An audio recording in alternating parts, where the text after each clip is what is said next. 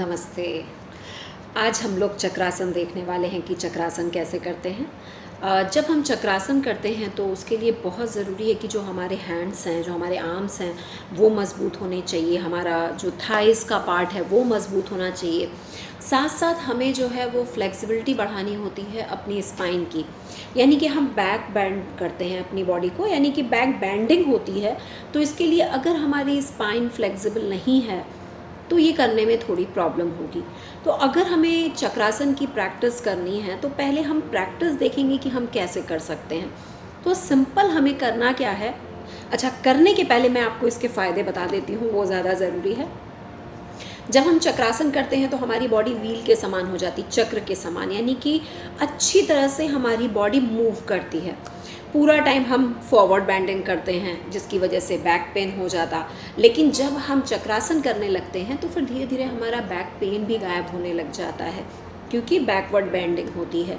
साथ ही साथ जब हम बैक बैंडिंग करते हैं और चक्रासन कर रहे होते हैं तब हमारे एब्डोमेन मसल्स, यानी जो हमारा ये पार्ट है, इसके मसल्स भी बहुत स्ट्रॉन्ग हो जाते, जिसकी वजह से जो आपके डाइजेशन है वो भी बहुत अच्छा हो जाता। जिसको भी क्रोनिक कॉन्स्टिपेशन है, यानी बहुत प्रॉब्लम होती है उनके स्टमक क्लियर होने में, उनके लिए ये बहुत अच्छा है।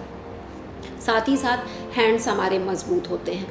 अगर हम किसी गाड़ी को देखें तो गाड़ी के पहिए होते हैं, ठीक है। आज तक हमने स्क्वायर पहिया कोई देखा है नहीं ना, हमेशा हम राउंड पहिए देखते हैं। तो जो राउंड पहिया होता है वो बहुत लंबा जाता है, आगे तक जाता है। और वैसे ही हमारी लाइफ है, अगर हम चक्रासन कर रहे होते हैं तो हमारी बॉडी की फ्लेक्सिबिलिटी बढ़ जाती है और साथ ही साथ जो हमारी लाइफ है वो हेल्दी, मतलब हम हेल्दी लाइफ जीते हैं, लॉन्ग लाइफ हेल्दी लाइफ जीते हैं, क्योंकि हम भी अपना सफ़र जो है वैसे ही गाड़ी की तरह लंबा रखते हैं।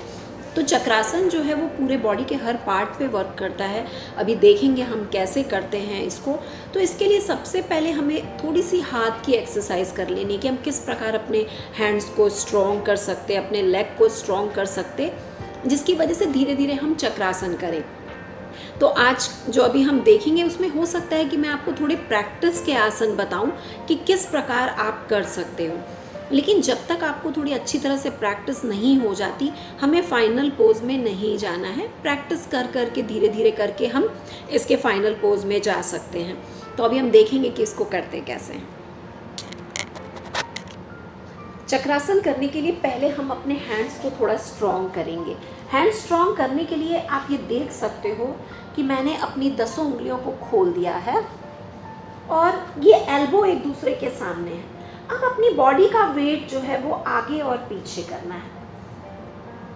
थोड़ा हमारे हाथ जो है वो स्ट्रॉन्ग हो जाएं, पूरी तरह से उंगली को खोल के रखना है।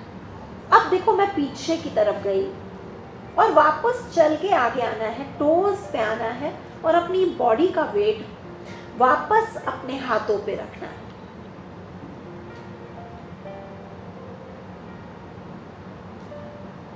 ये हम ऐसे 8-10 राउंड कर सकते हैं अपने हैंड्स को मजबूत करने के लिए।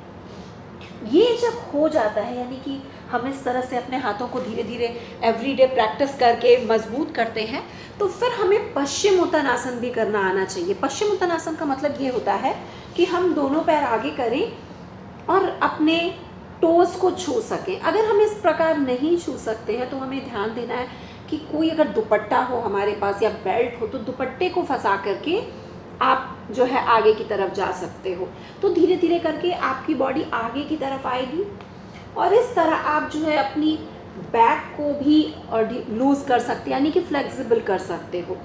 तो दोनों प्रैक्टिस हो जाएगी। अगर आप ये जब करने जाओगे तो आपके पश्चिमोत्तानासन की भी प्रैक्टिस हो जाएगी, जिससे आप जो है फॉरवर्ड बैंडिंग भी इजी वे में कर सको। लेकिन आपको ध्यान देना है कि अगर आपको बैक पेन है तो आप दुपट्टे के सहारे से फॉरवर्ड बैंडिंग कर सकते हो।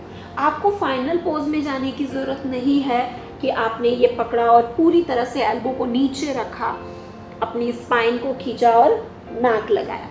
तो इस तरह से आपको आगे जाने की ज़रूरत नहीं है। आप सिर्फ ये कर सकते हो कि आपकी बैक जो है वो फ्लेक्सिबल हो, उसके लिए आप आगे जा सकते हो, पीछे जा सकते हो, या आप दोनों हाथ चेस्ट लेवल पे रख के पीछे जा सकते हो और फिर सामने जाके टच कर सकते हो। इस प्रकार जो है वो आप देखोगे कि आपकी बैक जो है वो वर्क कर रही और फ्लेक्सिबल हो रहे हो आप।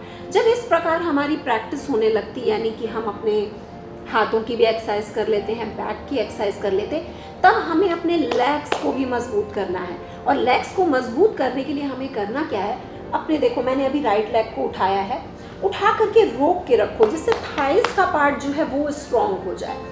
ये आप जितनी देर कंफर्टेबल हो रोको, फिर नीचे रख दो। वैसे ही दूसरा उठाओ, फिर नीचे रख दो। तो ऐसे आप ये कुछ देर तक रोको, जितनी देर तक आप उठा सकते हो नीचे। तो ये धीरे धीरे करके आप नोट करोगे कि आपकी थाइस जो है वो स्ट्रॉन्ग होने लग गई, ये पार्ट आपका स्ट्रॉन्ग होने लगता है। और फिर जब आप चक्रासन की प्रैक्टिस करते हो तो फिर आप काफ़ी देर तक आपके पैर भी टिके रहेंगे और आप हाथ के सहारे से अपनी बॉडी को उठा पाओगे।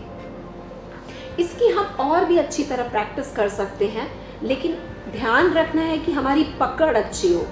थोड़ा थोड़ा प्रैक्टिस करके फिर हम इसके फाइनल पोज में जाएंगे।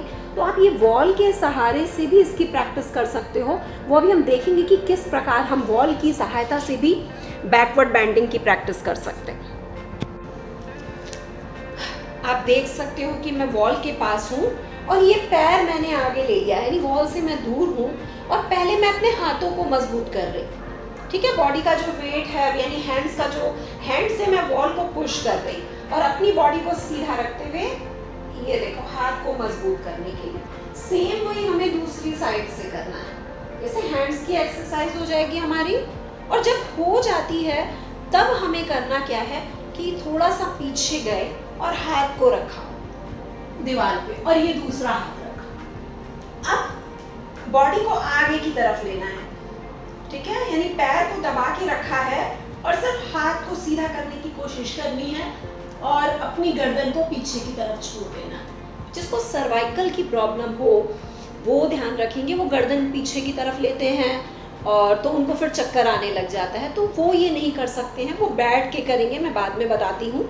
लेकिन इस प्रकार जिनको प्रॉब्लम नहीं है, नॉर्मल है, वो इस प्रकार कर सकते हैं। धीरे धीरे आप हाथ को आगे की तरफ ले सकते हैं। अगर आपको लगता है आप अपने आप को रोक सकते हो इस प्रकार, तो रोको। जब तक बॉडी फ्लेक्सिबल नहीं हो जाए तब तक इस फाइनल पोज में इस प्रकार आप नहीं जाएंगे, जो मैं आपको करके दिखाने वाली हूँ। लेकिन धीरे धीरे आप ये करते रहोगे तो बॉडी फ्लेक्सिबल हो जाएगी। या आप किसी के सपोर्ट से भी कर सकते हो कि कोई खड़ा रहे, आपको पकड़े और धीरे धीरे करके आप प्रैक्टिस करो। अदरवाइज आप खुद भी कर सकते हो। ये आप देख सकते हो, धीरे धीरे पैर को आगे लिया और ये इस प्रकार आप खुद को रोक सकते हो।